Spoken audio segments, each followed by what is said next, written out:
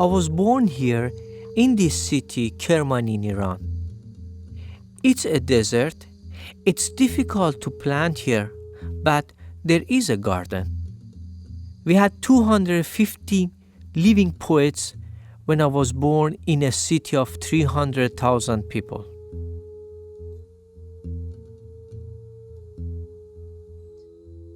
"20 years later, I had to escape my country.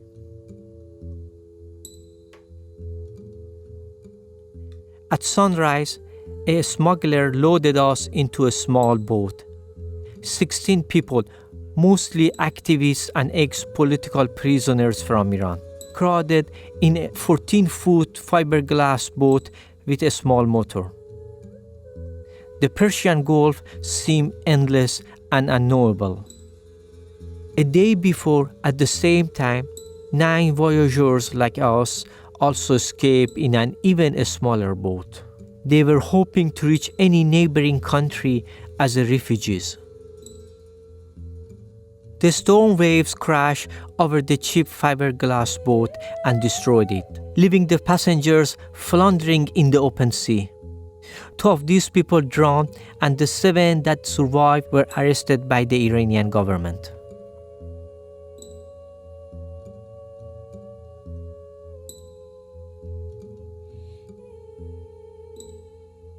On our boat, during our life or death moments, we were trying our best to preserve our memories.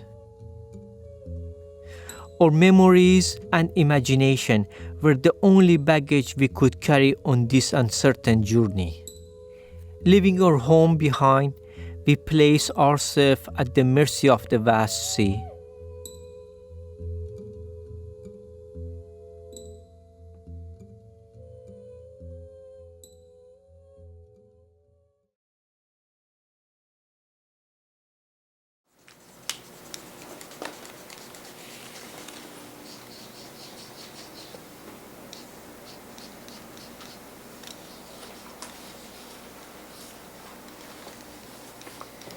Hi dear, this is Rafat. How are you? Do you mind if I ask you all the cards I have in English and you translate it for me in French? No stoning in Iran. What is going to be the best in French? Cadeau, lapidation.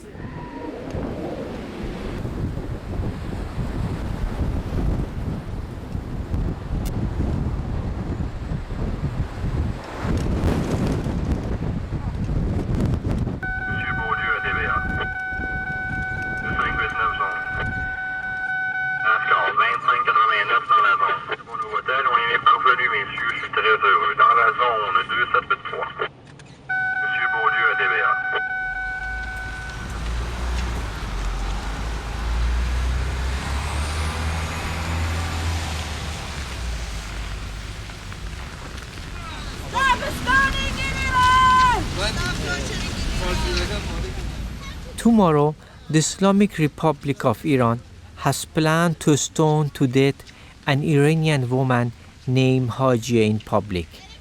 We gather here to denounce this act of brutality and to stop this death sentence. How can we explain to the Canadian public that such a primitive act of throwing a stone at a person until they die is still practiced in our country, Iran? A demonstration against stoning of one particular person, but generally stoning as a trend, as a punishment, which is happening in Iran. According to the regime, it is a part of the legal system to punish people to death. I would like to hope that it will have some effects, perhaps not for this particular case, but generally. The purpose, the hope is that by drawing attention, by putting international pressure, it would change the result.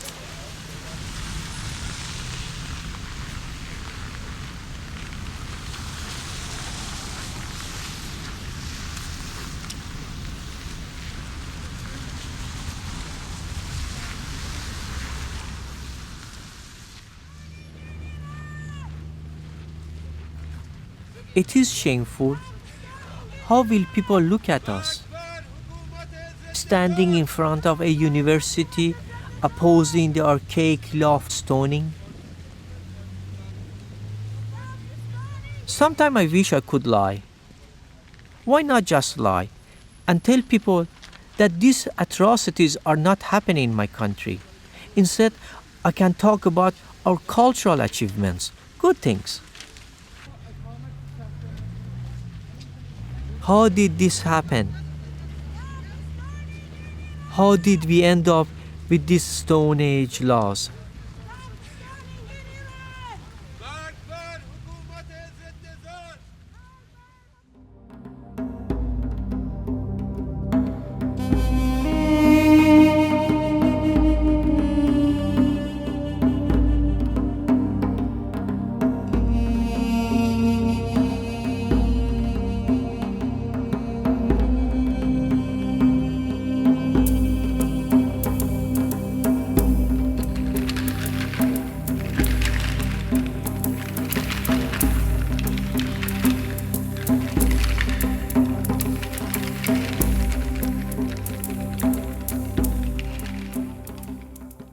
$377 people were watching this movie in a cinema in Abadan city when a fire broke out. وقتی گریم میگیره هنو امیدوار میشم که جون دارم.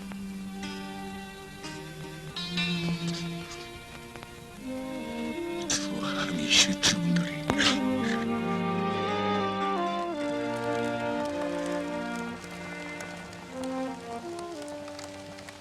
It was a death trap deliberately set. The Ayatollahs and the other opposition groups accused the Shah, the king of Iran, of this mass murder. The Ayatollah Khomeini claimed that there was evidence that the Shah had set this fire. It was the end of the Shah dynasty. People wanted a change. The popular movement that was building for freedom in Iran against the Shah was gradually becoming more and more Islamist. These events and accusations brought more people out in the street to demonstrate against the Shah.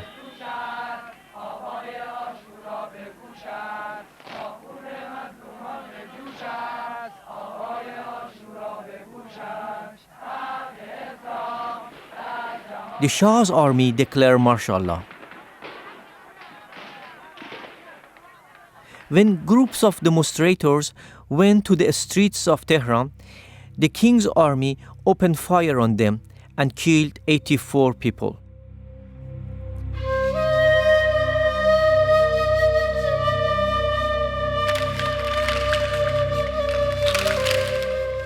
The Ayatollahs claimed that thousands had been killed in this demonstration, and many people believed them. In these hysterical times, people were seeing the Ayatollahs as angels and the Shah as the devil. The Ayatollah Khomeini was worshipped as a savior. There were even people watching the sky at night, believing that the Imam Khomeini's face appeared on the moon.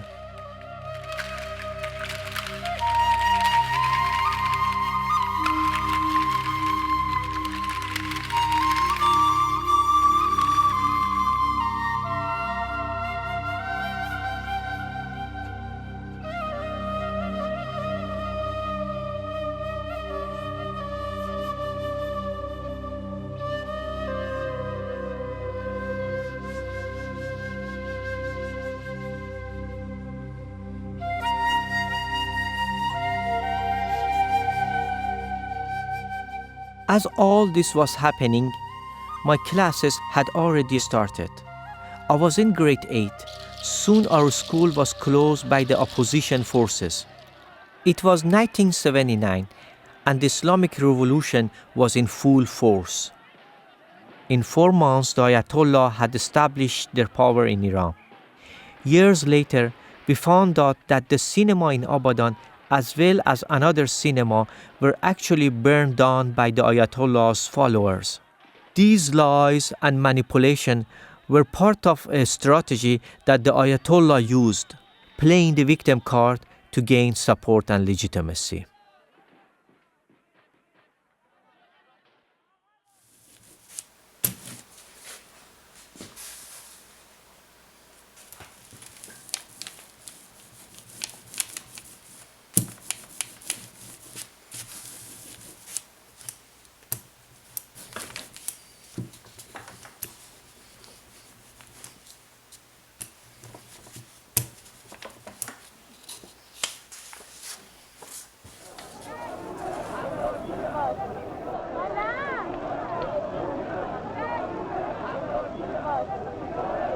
À Téhéran, nous avons parlé avec Kate Millett. J'ai été impressionnée par la ferveur et le courage des femmes. Je n'ai jamais vu des femmes qui s'organisent aussi rapidement et en un si grand nombre. Il y a 10, 15 000 femmes dans ces manifestations. Aux États-Unis, ça prendrait des années pour se rassembler comme ça. Il faudrait de l'argent, il faudrait écrire aux gens, il faudrait de la publicité. Ici, quelqu'un brandit un panneau pendant la manifestation avec « sit-in à la télévision » ou bien « demain au ministère de la Justice ». Et tout le monde y va. Parce que ces femmes non seulement ont été réprimées pendant très très longtemps, mais ce sont aussi des femmes qui ont fait la révolution.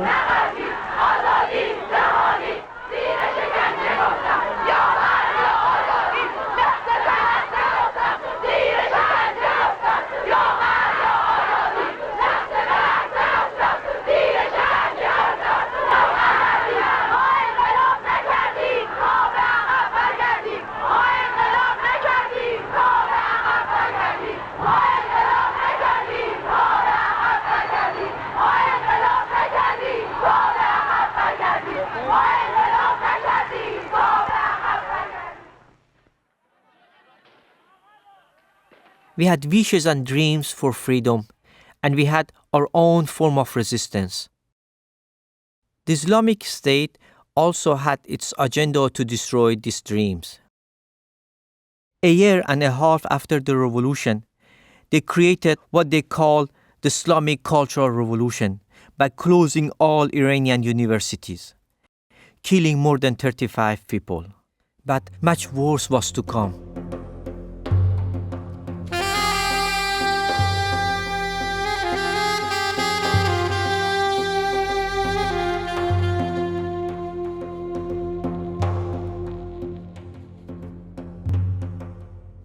A year after the closures, they arrested and executed thousands of people who did not agree with the government.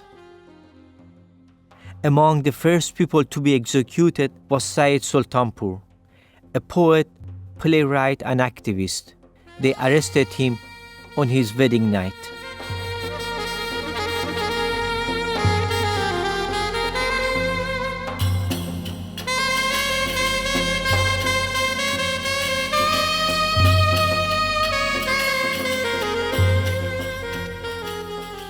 In this time of terror, the head of the Islamic judiciary appeared on national TV to teach the law of public stoning to us Iranians. He explained how to put the victim in the hole, demonstrating with his hands that the hole must be up to the waist of the man and under the breast of the woman. The stone should not be large enough to kill the victim instantly, yet it should not be so small that it doesn't cause the victim pain. One should hit the victim with a stone of the correct size in order to torture and kill. By this time, the unions and so many associations were banned in Iran. The media was completely controlled by the Islamic forces. The brutality was everywhere and became part of our daily lives.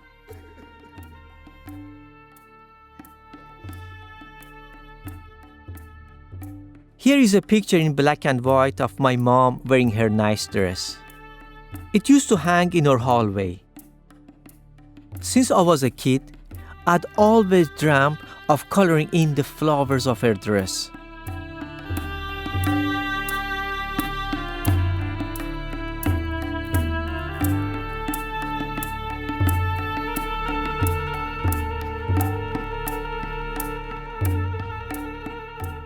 When women were forced to wear hijab by the Islamic law, I lost the image of my mom inside that black hijab, among all the faceless women around me.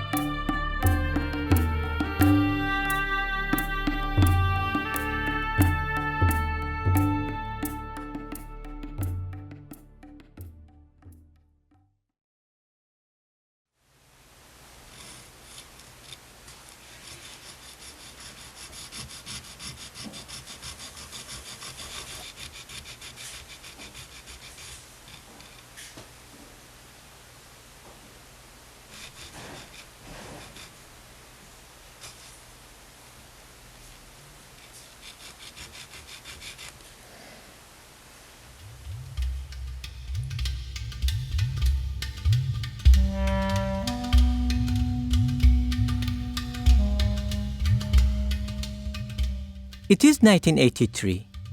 My mom prepared her table for Iranian New Year. An apple, symbol of love. A green plant for life. A candle for light. And a fish for good fortune. My picture was on the table. At this time, I was in prison as an activist.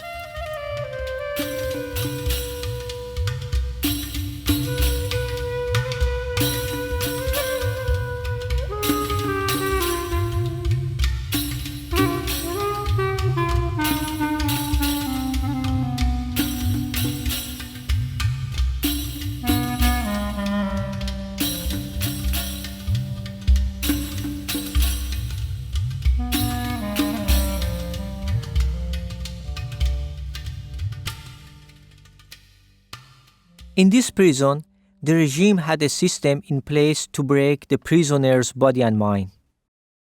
The guards only let us sleep for 3 to 4 hours. We had to watch and listen to Muslim religious programming for hours each day. Even in our room, we had to sit and listen to Muslim Quran being read through the loudspeakers. And on any night, while we were sleeping, the guards could suddenly send a group of prisoner collaborators to pull someone out of the bed and beat him in front of us. All of our creative ways of surviving were not allowed. They took away any plants we had, anything we could get attached to. We couldn't even create handmade objects from small things we could find around us. Making bags from torn clothing or beads from date seeds was forbidden.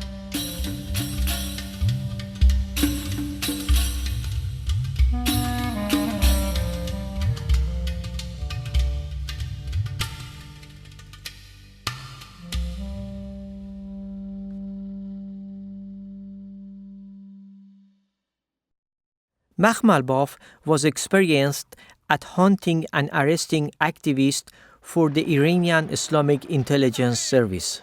He came to our prison to use us, the political prisoners, to make a pro-Islamic propaganda film. His government film was about a group of Marxist prisoners who brutally killed and harassed their comrades. He selected the older and more influential leaders among us prisoners. The prison guards and Makhmalbaf forced the prisoners to act in his film. Prisoners Ahmad Zainali, Abbas Mirayan, Mohammad Yousefi, Hamid Samani appeared in this film. They were among those who were executed a few years later. In the ending credits of the film, the director called us repentant ex-Marxist prisoners. Repentant prisoners was our new prison identity, since we were not allowed to call ourselves political prisoners.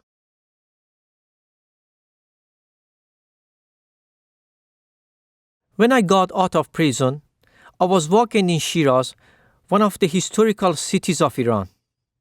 In Valiyat Square, there was a huge monument to Iranian culture, the Winged Bull. The Islamic government sent workers and gunmen to destroy this ancient symbol of our people. I saw an old man crying while he watched his heritage and identity being destroyed. After spending 14 months in prison, I realized I was now in a bigger prison, which was my country. We were no longer the Iranian nation. The regime labeled us the Nation of Islam.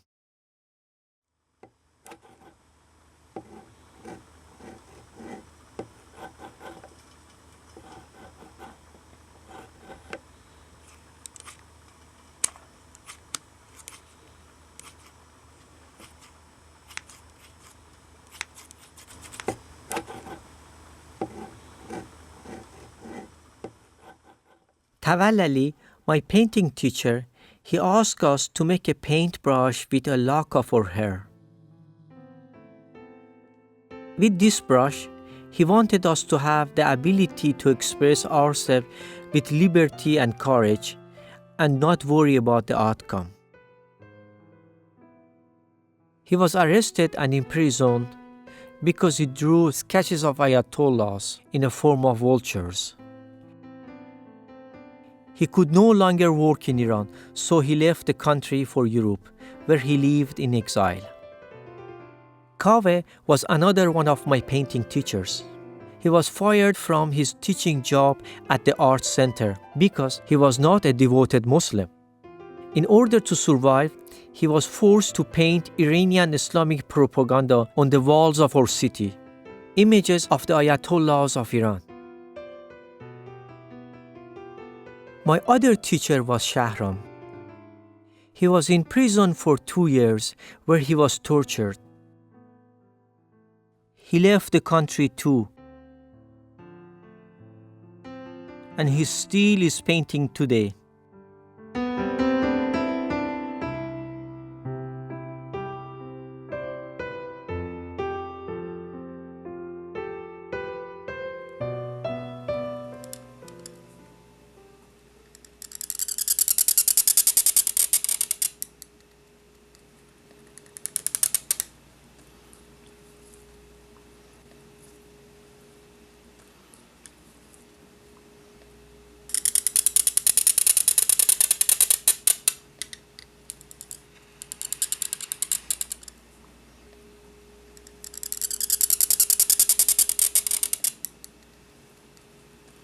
The Ayatollahs called these children the children of the hidden Imam.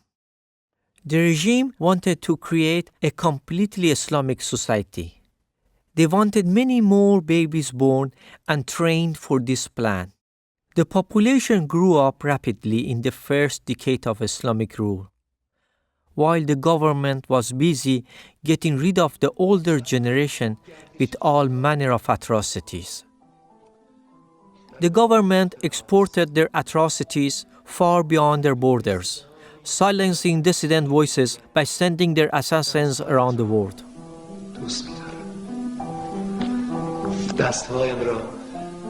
دستهایم را در باغچه میکارم سبز خواهم شد میدانم و پرستوها در گودی انگشتان جوهریم تخم خواهند گذاشت گوشواری به دو گوشم میآویزم. This is Freydun Farrokhzad's last poetry performance. 10 nights later, he was stabbed to death in his house in Germany by Iranian assassins. He was a well-known Iranian TV personality, poet, singer, and activist. با همون موهای درهم و گردنهای باریک و پاهای لاغر به تبسمهای معصوم دخترکی می‌اندیشند که یک شب او را باد با خود برد. کوچه‌ای هست که قلب من آن را از محله‌های کودکیم دزدیده است. سفر حجمی در خط زمان و به حجمی خط خشک زمان را آبستن کردن. حجمی از تصویری آگاه که ز میهمانی یک آینه برمیگردد و بدین سان است که کسی میمیرد و کسی میماند. یعنی حتی اگر بمیره میمونه.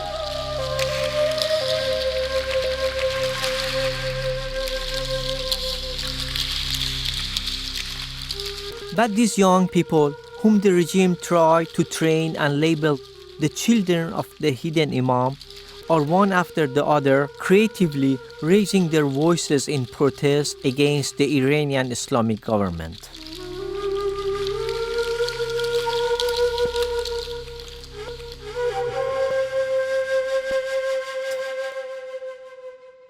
Farzad Kamangar was an Iranian Kurdish teacher, poet, and human rights activist. Before being executed in 2010, he wrote a letter from prison to his students. Farzad asked them to remember and not to turn their backs on their poems, songs, loves, and dreams. Many of our young people are losing their lives in this ongoing battle, but they are reclaiming the garden.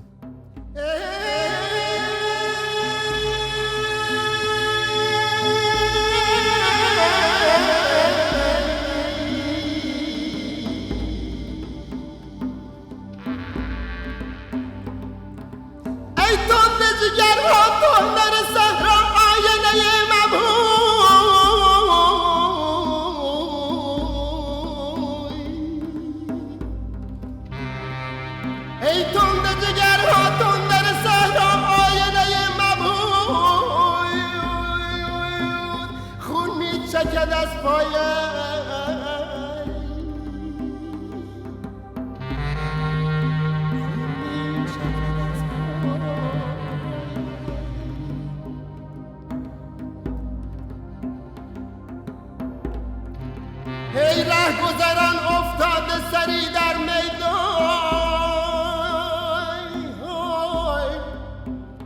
خون میچکد از پایش، خون میچکد